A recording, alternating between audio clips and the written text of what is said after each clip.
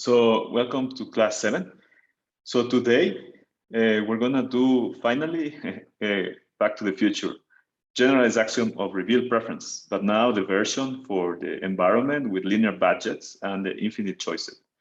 Okay. So one thing we did in the first chapter that we studied in this class was to study the generalized axiom of reveal preference and how it relates with rationalization, right, of a choice correspondence.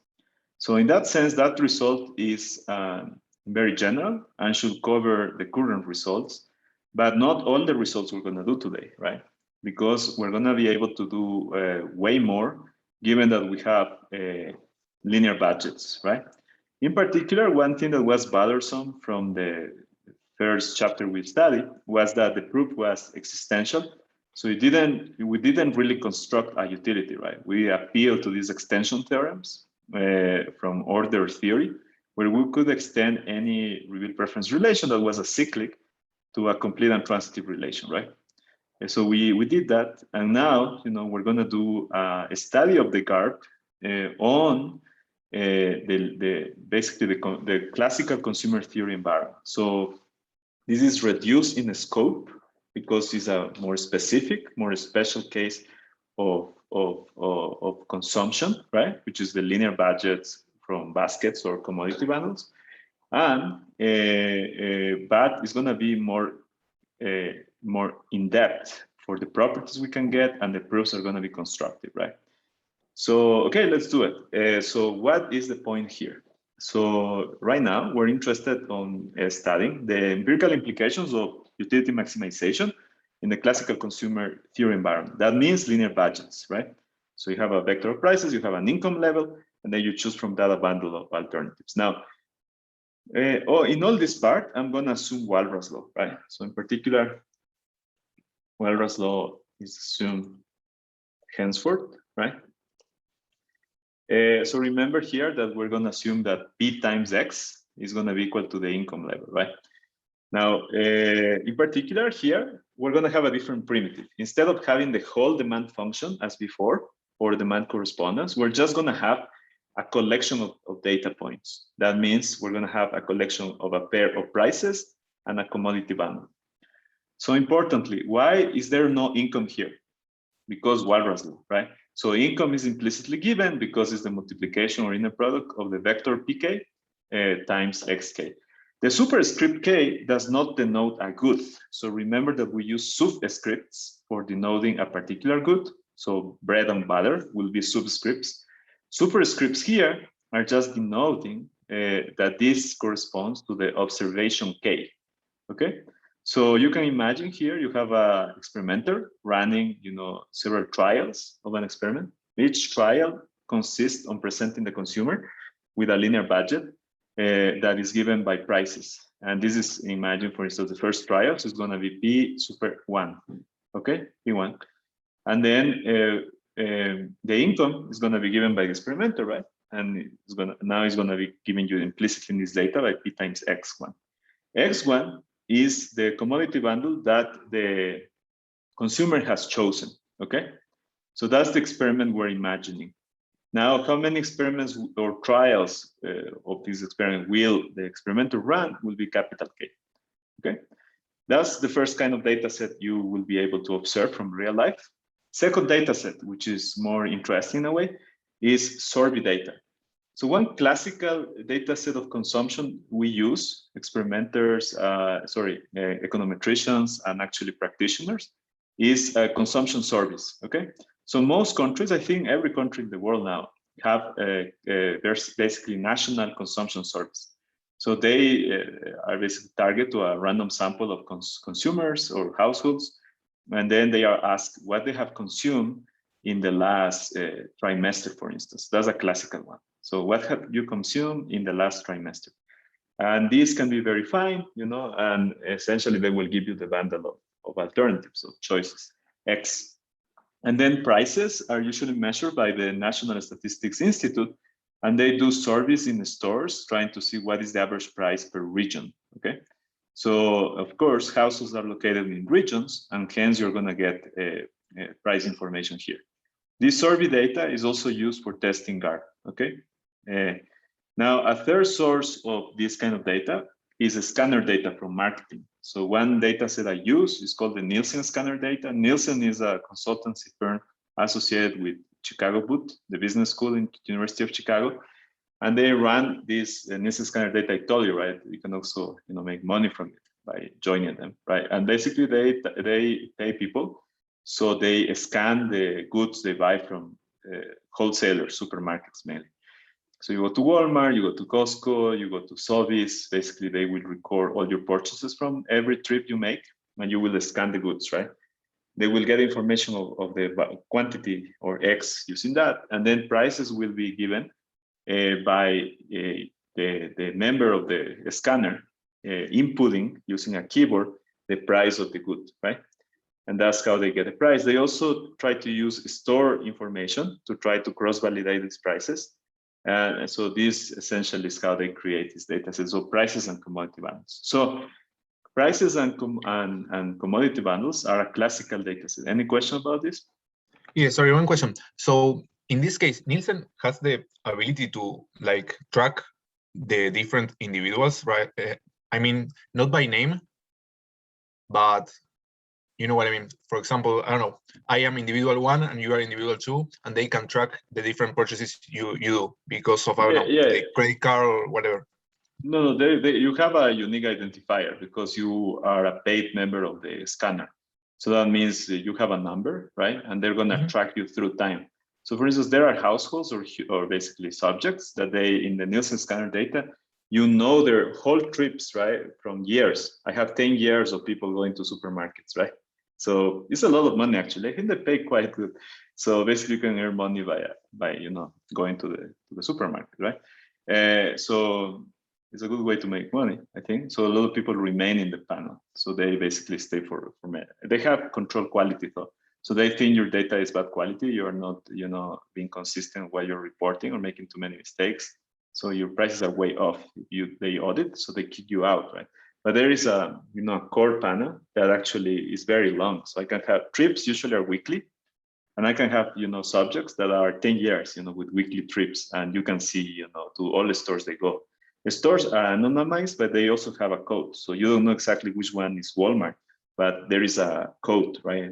00 whatever, and they exist in a zip code. So it's very granular. This data is incredible, right?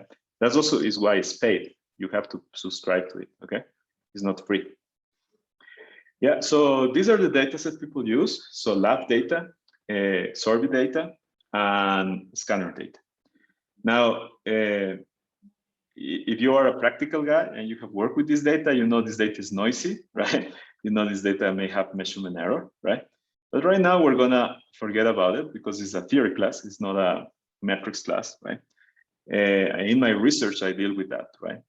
But right now we're gonna forget there is measurement error, and we're gonna think that this is a perfect data, right? Perfectly measured. So we're gonna be thinking effectively of the experimental data, okay? So we have a PK, XK, and I'm not even convinced experimental data is actually super clean, as we will discuss later. But right, for now, imagine that there is an ideal experiment where people in fact understand and pay fully attention to prices, and they choose X from this, right? So this is an ideal experiment. Okay, so given that, we want to ask the question, what are the empirical implications of utility maximization? So given this data, can I know that this is rationalized by utility maximization or not, right? So this is the question we're asking. Now, how this differs from the question we just studied in the previous lecture. In the previous lecture, we were given a demand function, right? What does it mean to know a function? It means infinite data, right? So the value of the commodity bundle for any price and income, right? That means that in the space of prices and income, you basically observe the whole domain, right? You observe the image of the demand correspondence. So that basically you have to have infinite data. This is impossible to get. And if you get it, of course, through some econometric techniques and approximate such a function, right? Then you have to estimate a derivative, right, to obtain this Zlotowski matrix, and then you will check that it's symmetric, and then you will check that it's negative semi-definite, and so on. So all of that is very complex. You can do it, but there are issues, right? And the issues mainly are that if you have finite data, as is usually the case, then it will be very hard to get a function, right? Because you have to extrapolate and interpolate for the points of prices and income that you don't observe in your particular data. So typically, a survey of consumption, for instance, will have a famous one that I have used in my own research and a lot of other people have used, is the Spanish consumer consumer data. This is one of the few available that have a panel. Many households live in that particular data set for 4 time periods, okay? So you only have 4 observations, right? So can you estimate individual demands for those 4 time periods? It's very hard, right? Basically, you have 4 prices and 4 baskets of goods. So if you want the actual demand of that household in Spain, you won't be able to get it. So we need different tools from basically getting a demand function. So how people deal with this before we discovered the GARP? People were dealing with this basically trying to not think about individual demands, but rather about aggregate behavior. Okay, so they were thinking about aggregate demand. Okay, aggregate demand is a bit of a niche. Okay, we're going to study in the next chapters that aggregate demand is not well behaved, it's a mess. Okay, so studying aggregate demand doesn't really inform about individual behavior. Okay, that's an issue we have in theory. So just summarizing, and we're gonna get back to it later. People in all times, they try to bypass the issue of having not much data in order to extrapolate or obtain a demand function that was needed for the old theory that we just studied, the theory of the Slowski matrices, by basically interpolating or estimating demand functions, assuming that people are basically draws from an IID distribution, and then you can study behavior by studying the average demand. That, of course, is not the case. So it has been an issue. So now we have new tools, in particular the GARP and the reveal preference tools, and we're going to use them. Okay. So here we're going to redefine some things you saw before, but basically specifying the definitions for the particular environment. The first thing you will realize, something we saw before, direct preference relations. So we say XT, a commodity bundle, a vector, L times 1, is directly preferred to X, any other bundle, and we denote it by XT super R of revelation, right? Super D, because it's direct revelation. And then the next thing is X, the other bundle, even only if PT, which is the price at which XT was chosen. So PT is not any price, it's the price, the experiment at which XT was chosen, okay? So they always comes in pairs, right? So this PT is the one that corresponds to the XT. Multiply with the transpose, right? So it's an inner product times XT. So this is basically the income and a trial or experiment T. And this is greater than or equal to PT times X. So what does it mean? So in words, it means exactly what we meant before, right? It means that XT was chosen, right? Because that's the definition of this data set, right? So XT-PT means XT was chosen at PT. And X was affordable, right? According to this price PT and income PT times XT. Hence, it means, right, that X was in the budget set, right? But, however, being affordable was not chosen. Well, we don't know it was not chosen, but XT was chosen, right? That's why this is a weak reveal preference. Do you understand? So it's the same thing as before. So this is a weak reveal preference. It's the same as we saw in the first chapter, but this is just specialized to the linear budgets. So here is nicer because we actually have something you can compute in a computer, right? Instead of being checking that something was chosen, something was not in the demand correspondence, you can then go take the prices, compute the inner product, and then compare it to the inner product of PT times X. Okay, if that happens, you declare XT directly referred to X. Do you understand? Okay. Yes. Yeah, so cool. Now, second thing, remember what we did after defining direct revelation? We have indirect revelation, right? So indirect revelation here, what it is, basically said XT is indirectly referred to X, and we declare it as basically XTR of X, even only if there is a sequence of commodities, right? Such that XT is directly referred to X1, and X1 is directly referred to X2, ... These things are directly referred to Xn, and finally, Xn is directly referred to X. And that is indirect revelation. So nothing fancy here. Notice also that you can also define, of course, what are the strict parts of these relations, right? So I have omitted in this part because you know that basically we can use our notions of asymmetric part and symmetric part just from the definitions, okay? Victor, I have a question regarding the relationship between revealed preference and preference. So maybe super trivial, but does revealed preference imply preference? No, so essentially real preference are data. So this is just information. We're codifying a particular way and naming it, but they are not a model. They are just a codification of data, okay? Now, preferences are a model, right? Now, using revealed preference, you can detect whether the behavior of the consumer is compatible with coming or being generated by a rational preference, right? And that only happens in the world of revealed preference, right? Using the data, you can check whether a revealed preference that you have collected from this data satisfies the GARP, right? Then we're gonna go back to it, right? The GARP. If that happens, then you can construct a rational preference relation that will generate the data, right? And that's the whole trick here. That's basically the sufficiency part, right? And the necessity is that if your data in fact was generated by a rational agent, then your revealed preference in the data will satisfy the GARP. So it's two ways. It's a two-way avenue, right? So it is not the case that revealed preference implies preference, but it is the other way around. So preference implies revealed preference. Revealed preference satisfying GARP. Remember, revealed preference may or may not satisfy GARP, right? So okay. Revealed preference are just a codification of the data, and this data may satisfy GARP or not. GARP is a property of the data, right? Thanks a lot. Okay, great question. So again, right? So we know that this is essentially, we can use these transitive closure ideas. And R, you can be thinking of the indirect preference relation as a transitive closure. Well, in the previous treatment of rationality, we did not allow for correspondence. We only allow functions, right? Because we needed to differentiate them to obtain the Zlotowski metrics, right?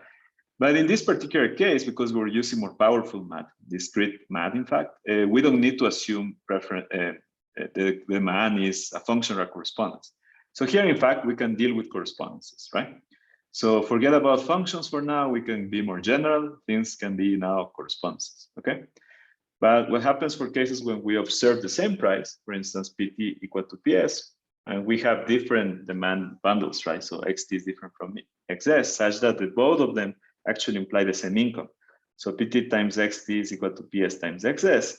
Recall that this is a case where the same budget set, two different choice bundles are observed, chosen. This can be seen as a case of a demand correspondence generating the data. So what I'm telling you here, the demand correspondences here are very tangible. What I mean basically is that you have essentially the same price at trial T and at trial S. So imagine this experimenter runs two trials, right? Trial 1, trial 2. In the first trial, the consumer chooses XT, and then in the second trial, the consumer chooses XS, right? So, and they happen to be different, right? However, the income in the two trials and the price in the two trials are the same. So from the same budget, this consumer chooses two different bundles, XT and XS. So that basically we're thinking of this as a situation of demand correspondence, okay? Of course, we're not assuming that the whole demand correspondence is just the 2 points, XT and XS, right? We know that that's against rationality because we know there have to be compact value, right? And you know that also they have to be convex value from the previous part. We're assuming concavity in a bit. So in general, we're just thinking that we observe part of the correspondence, so a subset of the demand correspondence. That's the only thing we're observing, okay? So we don't claim, yeah, go ahead. Sorry, Professor, can you repeat, please? I guess this is the last statement. Can you repeat this, this information again? Yeah. Yeah, sure. So what I'm telling you now is that what we're thinking in terms of data is that the data is coming possibly from a demand correspondence, right? So you remember what is a demand correspondence? It basically means that for a given price and income, you fix the price and income. Instead of having just one possible bundle, you still have a set of vectors, right? Or bundles, right? That's a demand correspondence. So here, in this kind of environment, right, it can happen that in two different trials that have the same price and the same income, hence the same budget plan, right? The consumer is observed to choose two different bundles, okay? That is allowed. But is that allowed under the utility maximization framework? Yeah, for sure, but it wasn't allowed for the Slutsky part, because for the Slutsky part, you have to differentiate and you need demand functions. So demand functions are ruling out this, okay? So the Slutsky part is basically the time where we took derivatives, right? You needed a function, you need this thing to be differential, okay? But it's true, Martin. So our general theory, it actually allows demand corresponds. That's why it's important we do this extension, okay? Excellent. Okay. Great, any other question? So here we go again with the famous GARP. So a data set O is set to satisfy. So here, of course, is a data set. So it's set to satisfy GARP even only if the indirect relation of revealed preference R admits what's called only weak cycles. That means that if X1 is revealed preferred to X2, X2 to, here I'm missing a super D, to ... xn, right? And finally, xn is revealed preferred to X1, then it must be the case that X1 is indifferent to xn, right? Then yet another definition, which is exactly equivalent, is that if I observe, right, indirectly that xt is better than xs, then it cannot be, right, that xs now is directly revealed preferred to xt, okay? So they both are the same, right? I can also write it like this, such that it is clear in the language of revealed preference. So it is not the case. So this part here just means that it is not the case, right? That XS is directly revealed preferred and strictly revealed preferred to XT, okay? So in other words, if you reveal that XT is better indirectly to XS, you cannot flip your preferences, right? So we know this from before. The only difference between the GARP and the warp, right, is that this is including indirect revelation. The warp only includes direct revelation. Both are the same, right? Do you remember this? It's the same as before. Any questions here? So I'm stating GARP in two ways. Both are equivalent. The first one is saying, look, imagine I find from the data that X1 is indirectly referred to Xn, and also that Xn is directly referred to X1. Then in that case, the only possible way this happens is if all these revelations are indifference, right? So it has to be that X1 is indifferent to Xn, okay? Now, an equivalent way to stating this is that if Xt is indirectly referred to Xs, then it cannot be that there is direct and strict revelation of Xs on top of Xt, okay? Which is written in our current environment as saying that PS times Xs is strictly greater than PS times Xt, okay? Do you understand? Okay, good. I have a question. Sure. And it's about that part PSXS greater than PSXT. And basically what I'm wondering is, in some sense, can we consider affordability of bundles and one bundle preferred to the other as sort of equivalent? Because it looks like to me that second part is saying that the bundle XS must not be affordable at S prices compared to bundle XT, because we've said beforehand that XT is revealed preferred to XS. So if they could have had S, then XT could not have been revealed preferred because they could have afforded either one. So my Yeah. general question, I guess, is going through the notes. When we see that something is more affordable than something else, in some sense, sort of depending on what else we also get, does that also tell us that Yeah, because it's more affordable, it's also preferred? yeah.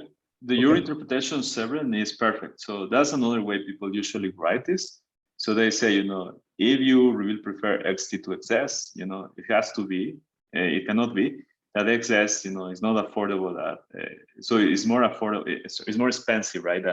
than the other object that was not chosen, right, at PS, which is XT, right, because XT was chosen. And then if, of course, it's cheaper, then you should have chosen it, right? But this is, of course, it cannot happen.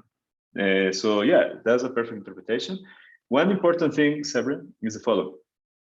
The information here with linear budgets, as you well mentioned, captures affordability, right? Capture expenditures, which are cardinal objects, right? But what we codified for the guard is only ordinal relations, right? So it doesn't really matter if it is really above and a lot more expensive, you know, these things are cardinal things, we don't care. As long as these inequalities, you know, hold, then we're fine, right? So in fact, we throw away this cardinal information, right? So in fact, you know, footnote here, footnote is not part of the class. I have a paper where we actually try to exploit the cardinal information in the expenditure and affordability, right?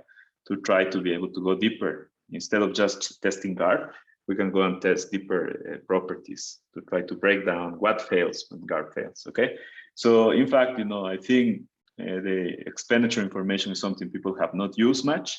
You know, I have tried to solve in my own research, but I think this is true, right? So we use affordability information, expenditure information, but in the end, from that we throw away or the cardinal part, and we just keep in our back, which is essentially the revealed preference relation, just ordinality. So this is nothing more than a cardinal rephrasing of what we saw in our first lectures, right? Where we essentially say guard means that, you know, you basically cannot flip your preferences. So now you're not choosing something, right, that was already revealed preferred as inferior, right? And then you cannot choose it strictly, right? So as you remember, choosing is an ordinal action, right? So your interpretation is right, Severin, but we don't really use the affordability or expenditure. So we don't use the cardinal information. We only use the fact that something was chosen when something was affordable, and then you cannot flip your preferences, right? By now choosing what was already discarded, right? Strictly above the other thing, okay? So great question. So now, yeah, any other thing? Yeah. Yeah, that's the definition in 32. I think it was related to what Severin asked. Is it related to definition 32 to the property of, what do you call it, local association? Yeah, so of course, as you will see here, the guard only has meaning, right?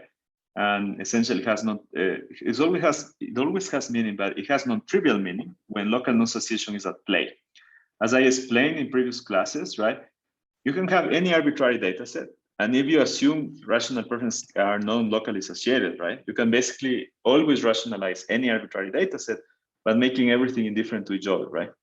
So guard only has meaning in the once we have imposed a local association, at least that, okay? Perfect. Yeah. Okay, so this is gonna be clarified in proposition 17, which is a famous result due to Sidney Afriyat's theorem. So as I mentioned before, I think, Sidney Afriyat was a professor at some point in his career in the University of Ottawa. So he was part of the Canadian community of theorists, right? He's originally Italian, and he, you know, was very active. After Ottawa, I think he also served part of his time. He went basically also to Italy. He's originally from Italy, and he went back and still is active. One of my colleagues told me that he was presenting a generalization of Afriyat's theorem. He actually got Sidney Afriyat in the audience, you know, asking him why your representation was missing a property continuity. Yeah? So he's still kicking. So Sidney Afriyat, you know, he did a lot of his work very early on, especially in the, so one of his main papers was published around the 85. So when Mascolel was very active, right? And the people were working on the Slutsky matrix stuff and so on. But people didn't pay much attention to him.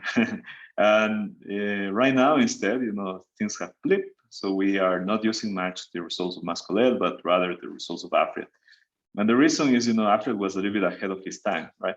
So, you know, at the time, you know, Mascolel was in Harvard, right? Sidney Afriyat was in Ottawa. But, you know, the lasting impact has been from Sidney Afriyat.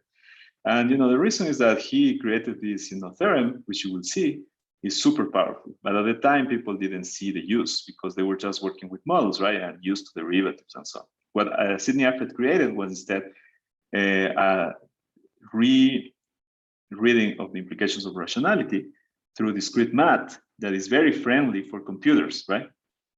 And now we have computers, and now we have data, right? So now we value what he did. So let's go, without further ado, to this Alfred's theorem. So Alfred's theorem, give me a data set, right? Collection of prices and commodity bundles, and the following statements are logically equivalent. First statement, the one that basically Martin was foresighting. So there exists a locally non-satiated utility function U that rationalizes the data. And I'm going to be clear what I mean by that here. So in the sense that for any trial k, the utility of xk is greater than or equal to u of x for all x's such that they are affordable, right? Weakly affordable. Pk times xk is greater than or equal to pk times x. So do you understand? So essentially the things you see chosen, right, have to be at the very top according to the utility ranking, only conditioning on the alternatives that are affordable to you, okay? So the first part is obviously just rewriting of the weak rationalization that we introduced in the first lecture, right? So it's a weak rationalization statement. So the data is weakly rationalized by a locally non-satiated U. Notice that utility doesn't have anything property else, any other property, right? So it's just locally non-satiated. It doesn't have to be continuous. It doesn't have to be concave. It doesn't have to be quasi-concave. It's nothing else than locally non-satiated. Is this first statement equivalent to GARP? Yes. So the second statement is that's essentially the essence of Alfred's theorem. It's telling you the data set O satisfies GARP. Okay. So this is really cool, right? So GARP and the existence of a locally non-associated utility that rationalizes the data is one and the same. Okay. So what's the difference between 1 and 2? They are logical equivalent. So there are two ways to read it. One implies two, and two implies one. When one implies two, it essentially means that if your data set is generated by a rational agent, meaning maximizing a locally non-associated utility function, then the resulting data set will satisfy GARP. When two implies one, it means that you have a data set that satisfies GARP. You can construct a utility function, right? That if you maximize it, will reproduce the data. Okay. That's what it means, okay? Now, there is more to this. So 1 and 2, we already proved in the first lecture, right? We proved it for more general choices, so that's not surprising. Sidney Alfred didn't stop there, okay? So third statement, this is very new. So welcome to what's called Alfred inequalities. So Alfred told us the following, look, yet another statement that is equivalent to maximizing a utility function is this. There exists a positive solution, that means numbers, ut lambda t, they are positive numbers, to the set of linear inequalities. And the set of linear inequalities are the following. Ut less than or equal to u of s plus lambda s. Us and lambda s are basically scalar. Then you have ps transpose xt minus xs. And this is for all st in the collection of experiments. So let's stop there and let's see what's happening here. Okay. So this is not GARP, right? There is no revealed preference here, right? I have introduced numbers, ut and lambda t. Okay. These are unknowns in a system of inequalities. Okay. So lambda t and ut are unknowns. How many of them? You have k ut, k u's, and k lambdas. So in total is 2k unknowns. And what are the known parameters here? Are the prices and the consumption bounds, okay? Now, I'm going to give you more intuition for these inequalities. They come essentially from combination of an assumption of concavity on the utility and from essentially the first order conditions combined with first order conditions. So it's a combination of concavity of the utility and first order conditions, a la Karush-Kuntaka, okay? Now, Alfred is telling us that this system of inequalities is equivalent to GARP and is equivalent to rationality. So what Alfred is telling us, before the 80s, is that now you can take your data set, put it in MATLAB, write down the system of inequalities, and then check whether your system of inequalities that is of size, finite size, right? Size 2K, has a solution or not. If it has a solution on the positive reals, then this data set is generated by a utility maximization, right? If it fails, it is not. So what Alfred did is amazing, right? So he basically did a finite system of inequalities that can be solved in MATLAB very easily, right? That essentially, it will give you a binary answer. If there is a solution to the system, your data set comes from a rational agent. If it doesn't have a solution, your dataset cannot possibly come from a rational agent. Okay? So these are Alfred inequalities, very powerful. We're gonna understand where they come from, right? And then we're gonna understand that they are equivalent to rationality fully, right? So they are another way to understand rationality. And here comes the part that a lot of people enjoy, and Alfred also proved the following statement. He says, 4 is also equivalent to the previous 3. There exists a continuous, concave, strictly monotonic utility function U that rationalizes the data. So now what Alfred is telling you is that if you have finite data, assuming continuity, concavity, a strict monotonicity is essentially the same as assuming local non-association, right? So in finite data, you cannot tell them apart, right? So if you have a data set satisfy GARP, they can be generated at the same time, of course, by different utilities, by a locally associated U or by a one that is, of course, way more than locally associated. It's continuous, it's concave, it's strictly monotonic, right? Now, one important thing that is not here, it's not strictly concave, right? Strict concavity means that you're going to have demand functions.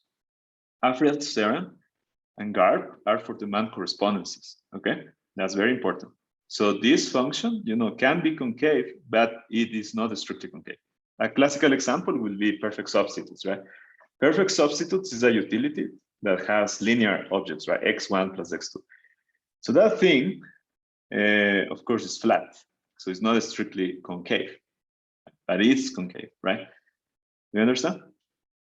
Yeah, but if it applies to demand correspondences in general, it applies as well to demand functions, right?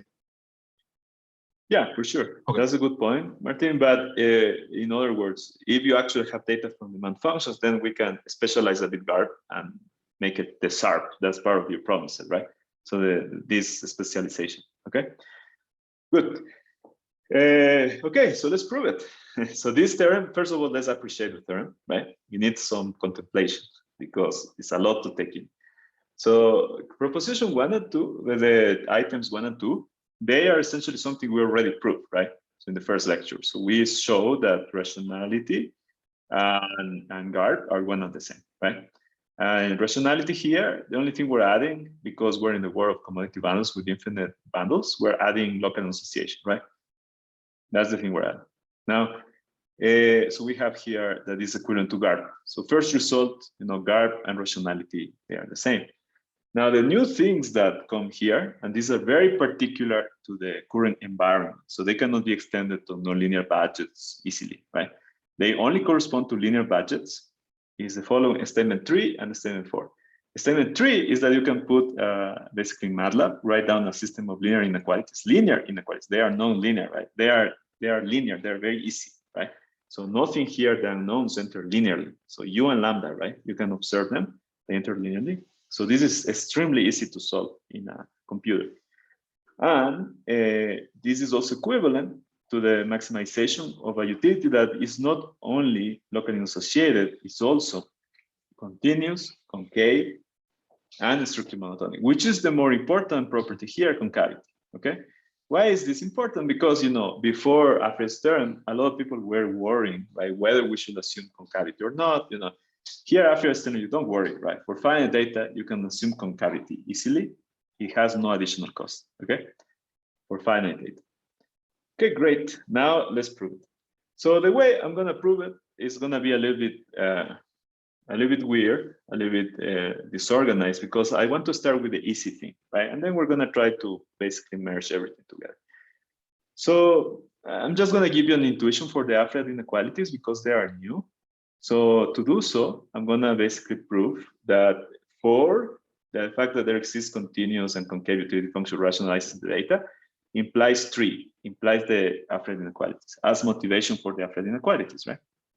Remember that the equivalence means that 4 implies 3, 3 implies 4, right? And of course, 3 implies 2, 2, 3, 2, 1, 1, 2, and 4, 1, 1, 4. They basically, all of them are implied by each other, okay? That's logical equivalence.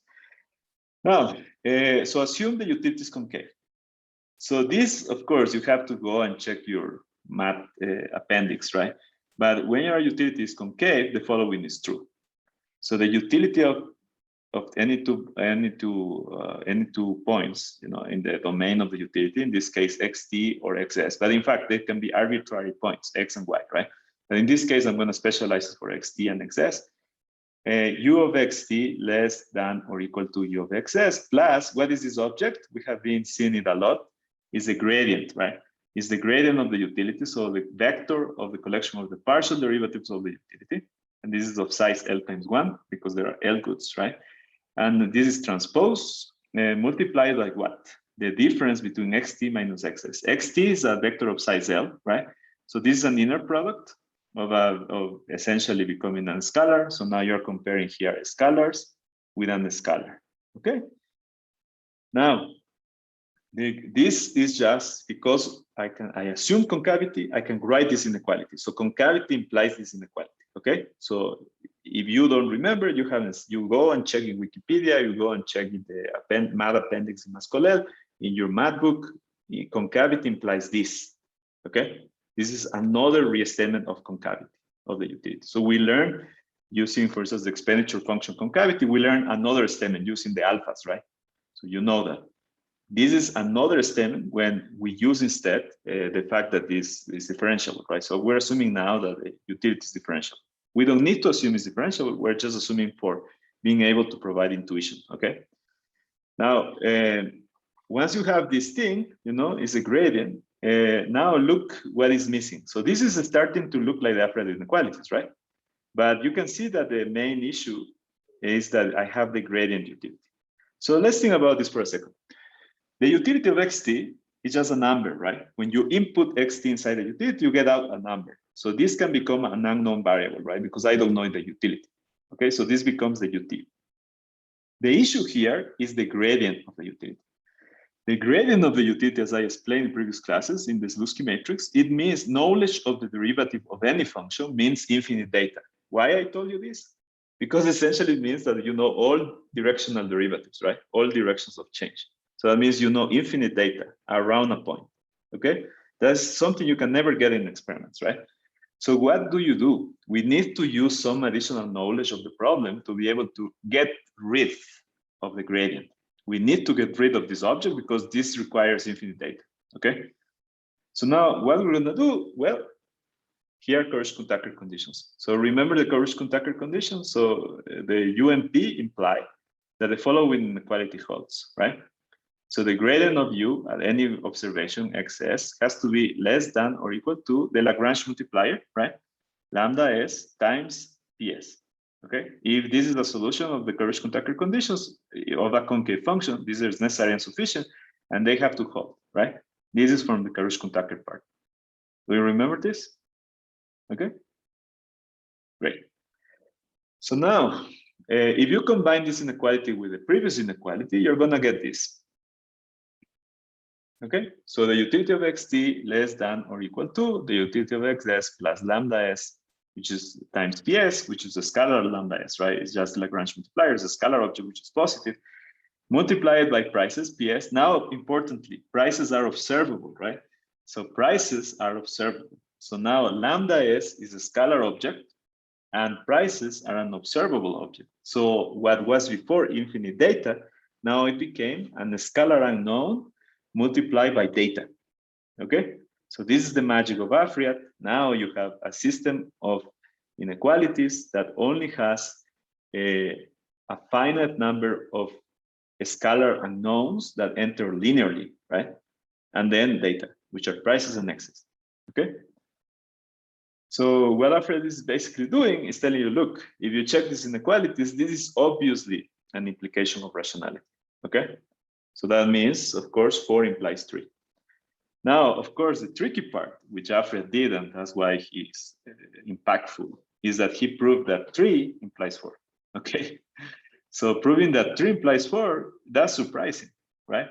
Because remember that here, we're basically telling you that by solving system of linear inequalities, which is a finite system of linear inequalities, then now you will be able to construct from this system of finite linear inequalities a utility.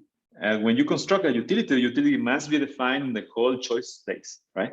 So the utility we're going to construct is going to be not only defined on the sample, but it's going to be defined out of sample, right? As well.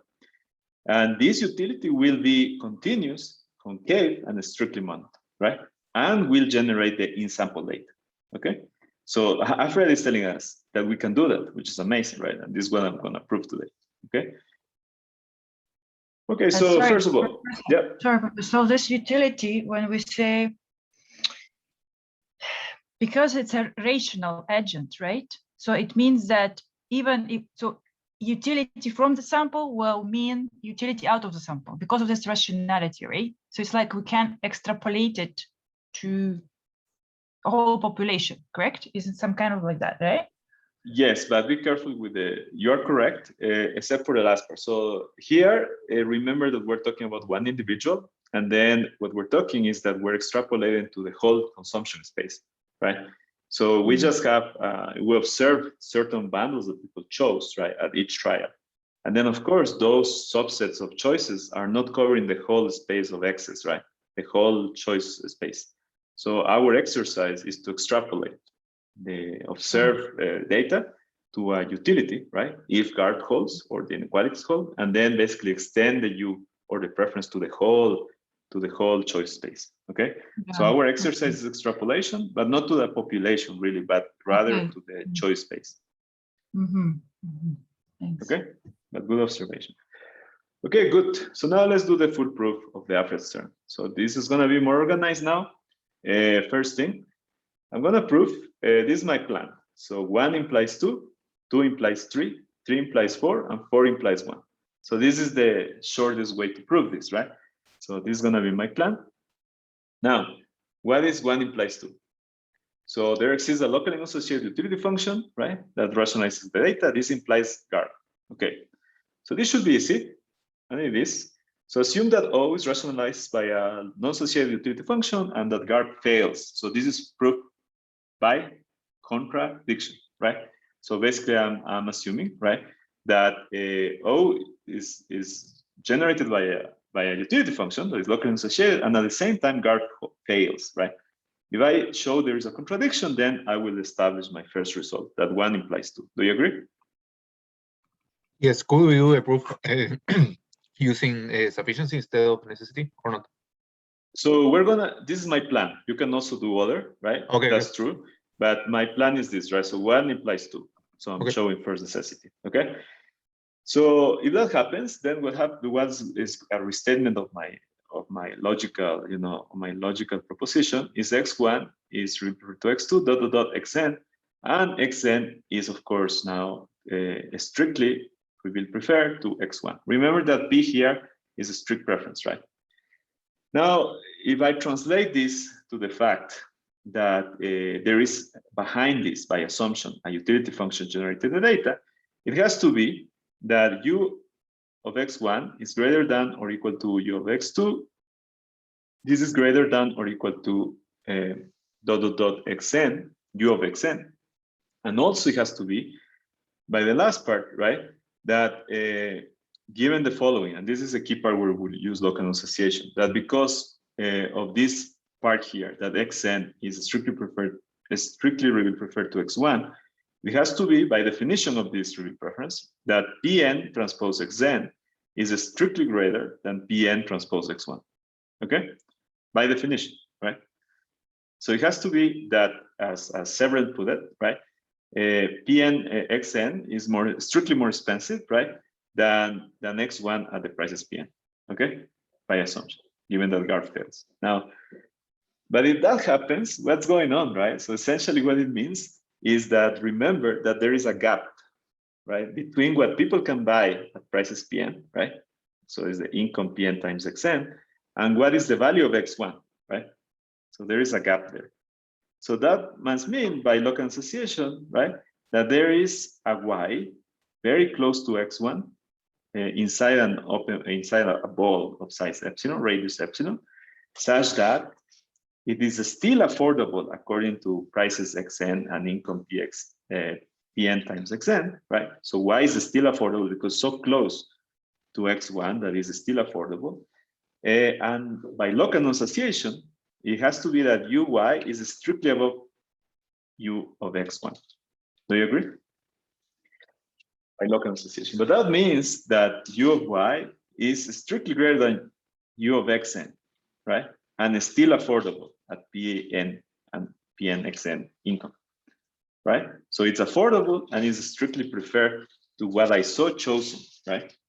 But that is, of course, it means that XN cannot be a maximizer for the budget PN times XN. This is a contradiction, right? Because I assume that the data was generated by maximizing a utility function. This is showing that XN is not an optimal choice, right? That there is a Y that is affordable, that has higher utility and was not chosen. So this guy is not a maximizer, okay? Do you understand the proof? Okay. So this part is the easy part, okay? So this means that rationality implies GARP, okay? Again, crucially, I'm using local association, right? So take out local association of the picture, you know, everything is trivial, right? I can rationalize any data. The local association is what makes this useful, right? Okay, second part of the proof. I now want to prove that 2 implies 3. 2 means that the dataset satisfies GARP, and then I wanted to imply that the Alfred inequality is called, okay? So of course, here I'm gonna, so this proof, you know, I'm basically gonna do a constructive proof. And as I mentioned, right? So for me, the first time I saw the Alfred inequalities, the best intuition for them is coming from concavity and first order conditions, right? This proof is the formal proof for Alfred, right? Which is the shortest path to prove the equivalence between all the statements, but it's not necessarily the easier to understand intuitively, right? Because it is the proof here is going to be essentially an algorithm that came out of the mind of Varian, right?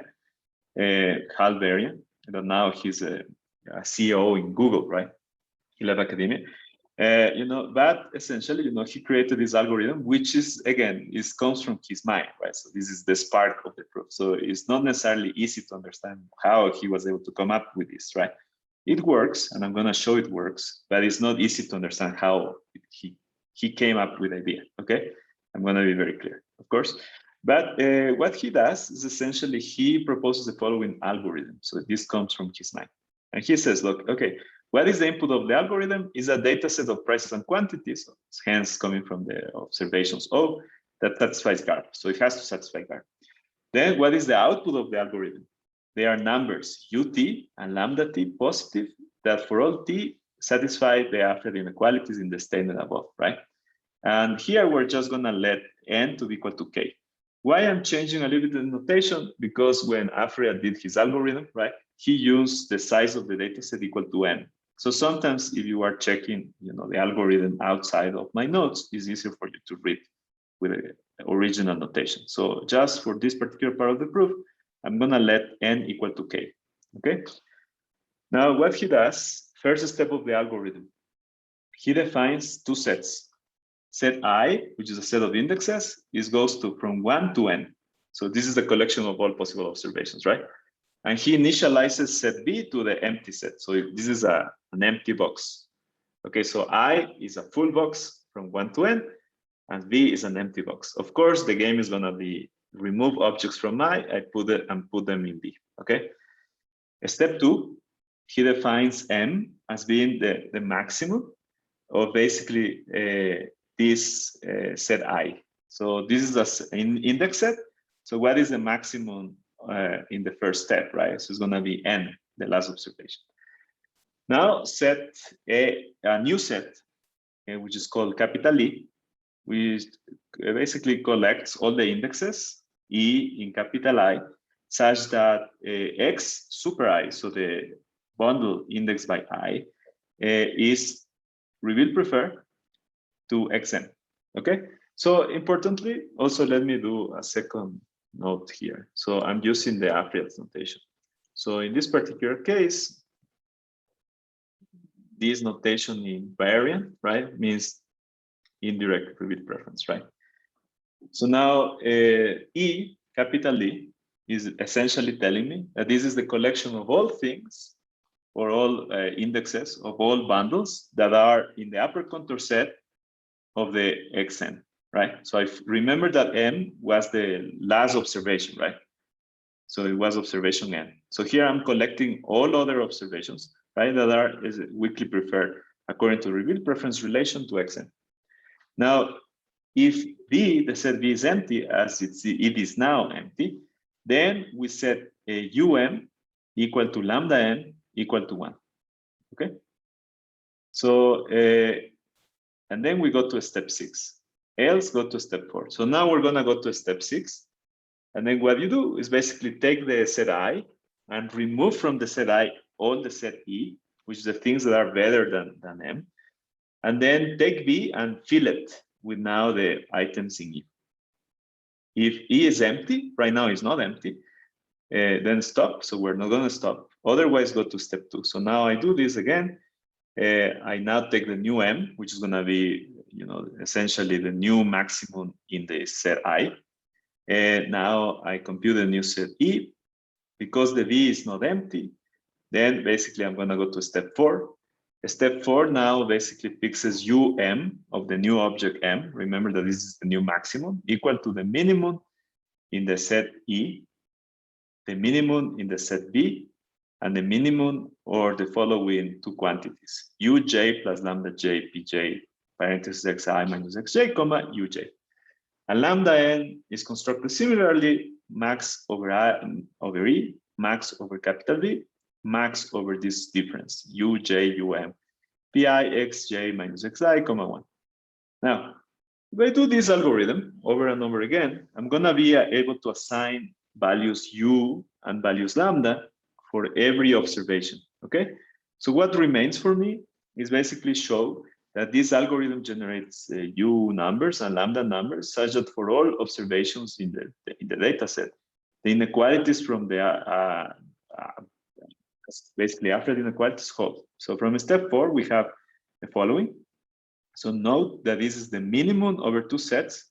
It's always a minimum. So basically I can write down the following. I can write it such that UM, right, which is this part, is less than equal than any potential value of Uj plus lambda J Pj, Xm Hj. Why I have changed M here is essentially, you know that this is taking the minimum over the set B, right? So here I can replace J by any index I want. In particular, it can be V. And I can take it the same with I, and I can fix it to J. So because UM is the minimum, it has to be below any such combination of indexes, okay? So it's because it's a minimum. The second thing about the lambda is instead that this is a maximum. So this instead has to be above the Uj minus Um divided by PM Xj. Again, I can choose the J as the M accordingly to what I want, because this is arbitrary over all the indexes E and B. Now, because this calls for all M and J, this implies that I can combine them. So in particular, the second part.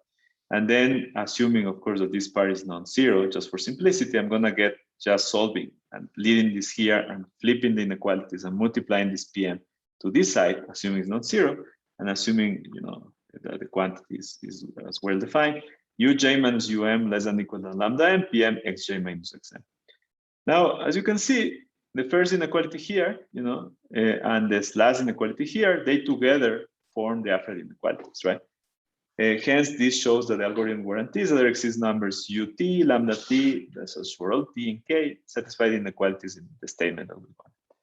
So again, this proof is again not easy in the sense that it comes from the mind of Barry, but it produces numbers that we want. Now, originally, of course, Afriel didn't get these inequalities from this algorithm, right? This is a construction of reverse engineering. originally variant, got these inequalities from this little preamble we did, right? So he used concavity, he used for further conditions, and was able to get the apparent inequalities, right? Then, you know, doing reverse engineering, right? And then, of course, helped by Varian in his 82 econometrica paper, they were able to produce this algorithm that produces these numbers, right? And without having to go through the concavity and through the further conditions, okay? So this is due to mathematical elegance. It's not necessarily very intuitive, and that's why I provided the intuition a bit before, okay? So any questions here? Okay, now 3 implies 4. Okay, so 3 implies 4 is the fun part of the proof. Okay, so pay attention. If you lost interest in the previous part because it's an algorithm and it's hard, now get back your interest because this is the key part of this theorem. So 3 means that the apparent inequalities hold, and I want to prove there exists a continuous concave function. Remember that we're going to do what Irina told us that we're going to do, right? So we're going to extrapolate the finite observations to the whole choice. Okay, this is the key part. Okay, so now 3 implies 4. So here is the, you know, the genius of Afriad. So he goes and proposes the following utility. So this, of course, comes from his mind, and he essentially is using something called the convex envelope, right? The concave envelope. So remember that all of these utilities, the Afriad inequalities, let's think about them for a second before coming here, right? So from these utility numbers, if you believe the U's are utility numbers, so essentially what the Afriad inequalities are giving you, right, is an upper estimate of the utility observation T. And they are telling you that this is the upper bound or an upper estimate. It's going to be U of S plus lambda S multiplied by PS times XT minus XS. So they're essentially, you know, Afriad is telling us that if you want to know the value of UT, you can always overestimate it a bit by US plus lambda S PS times XT minus XS. So what will be a potential candidate for the utility of T if you have these upper estimates for any combination of S and T? So Afriad intelligently proposes taking the minimum. Okay, so he takes the minimum over all observations. Since all of the combinations are upper estimates, obviously the minimum should have a special role, right? So, and then he's gonna show us that this, in fact, is a good estimate.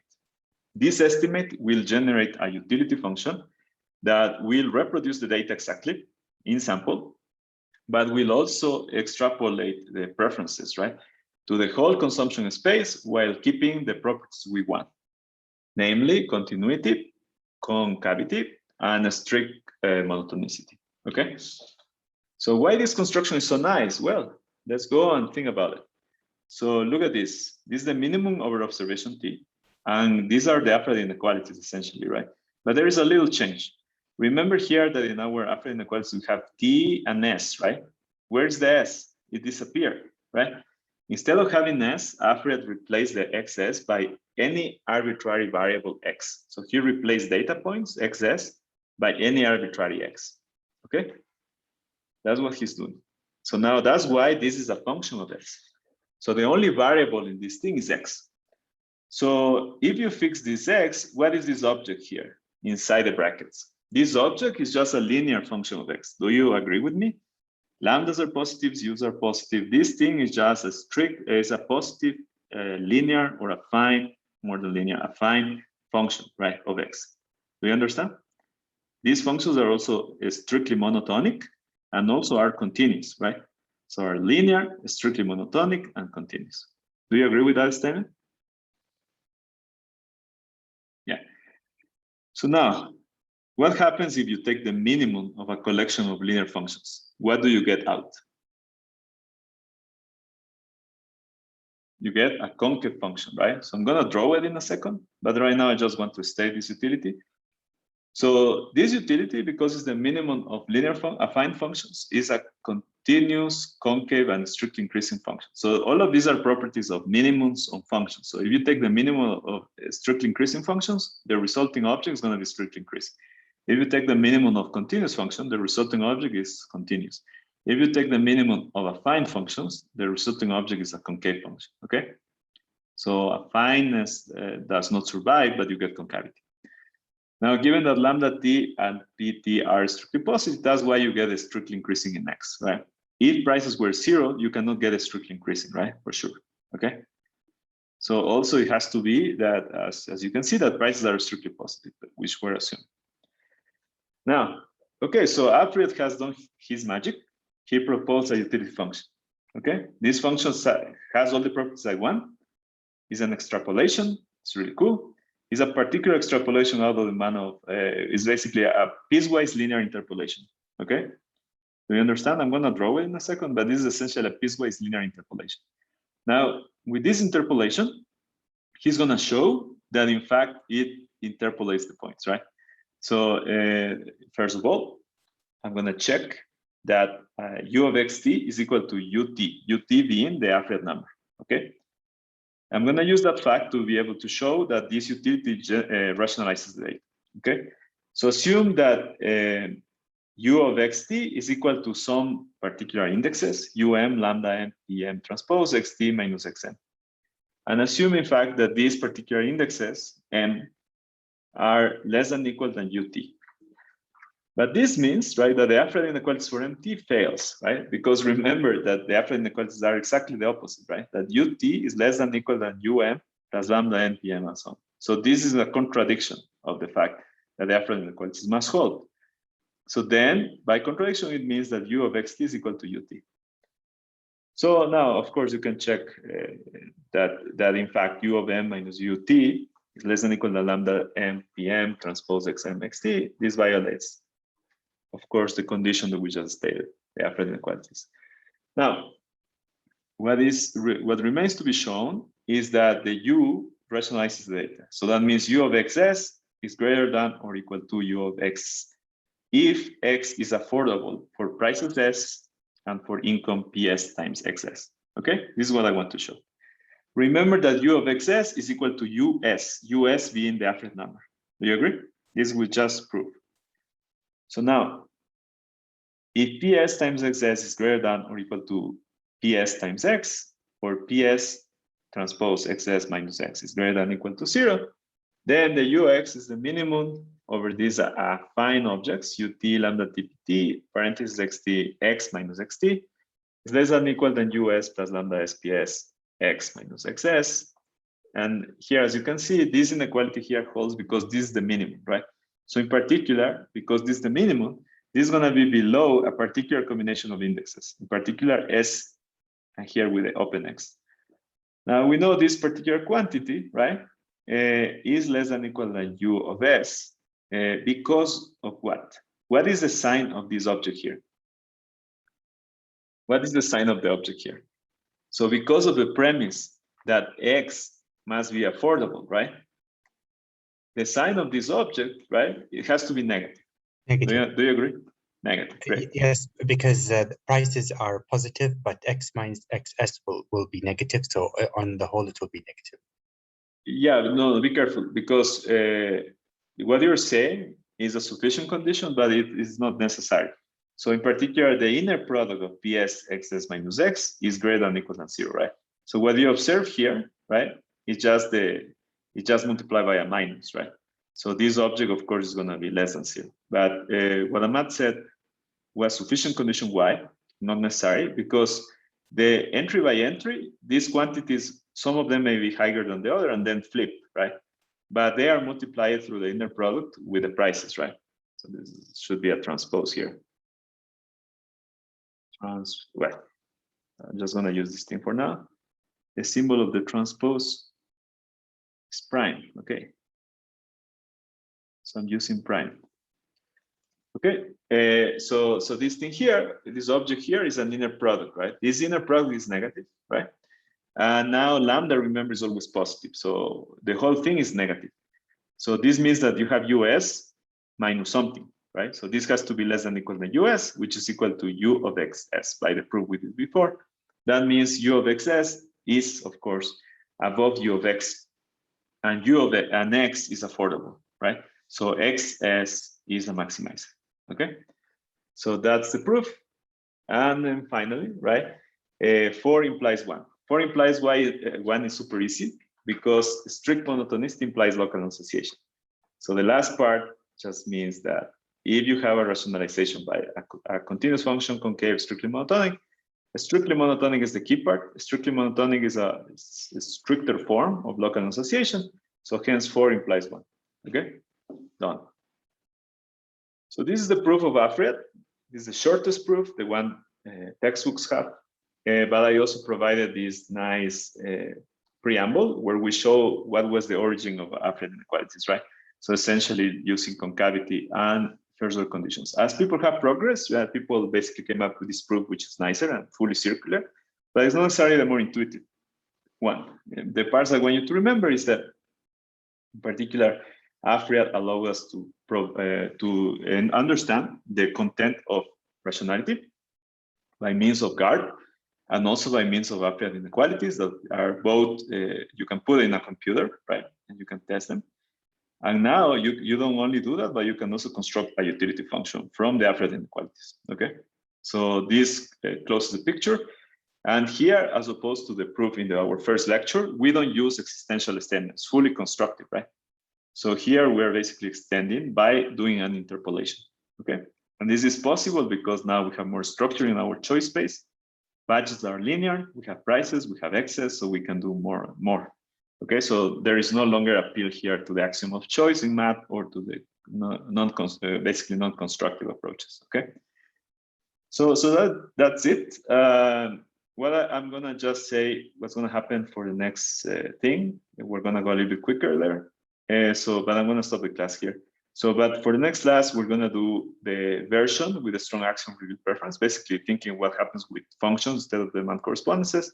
And we're gonna provide the AFRIAD inequality for that. And essentially, I'm going to do something about forecasting and how to do welfare analysis with this. And I'm going to present some evidence on the experiments testing rationality. And here I'm going to fix some figures that apparently died in the last compilation. And some of my own work, a small summary of how people think of rationality right now. Finally, we're going to end with welfare evaluation. So all of this is going to be done in the following lecture. So at this stage, I'm going to stop the recording, right?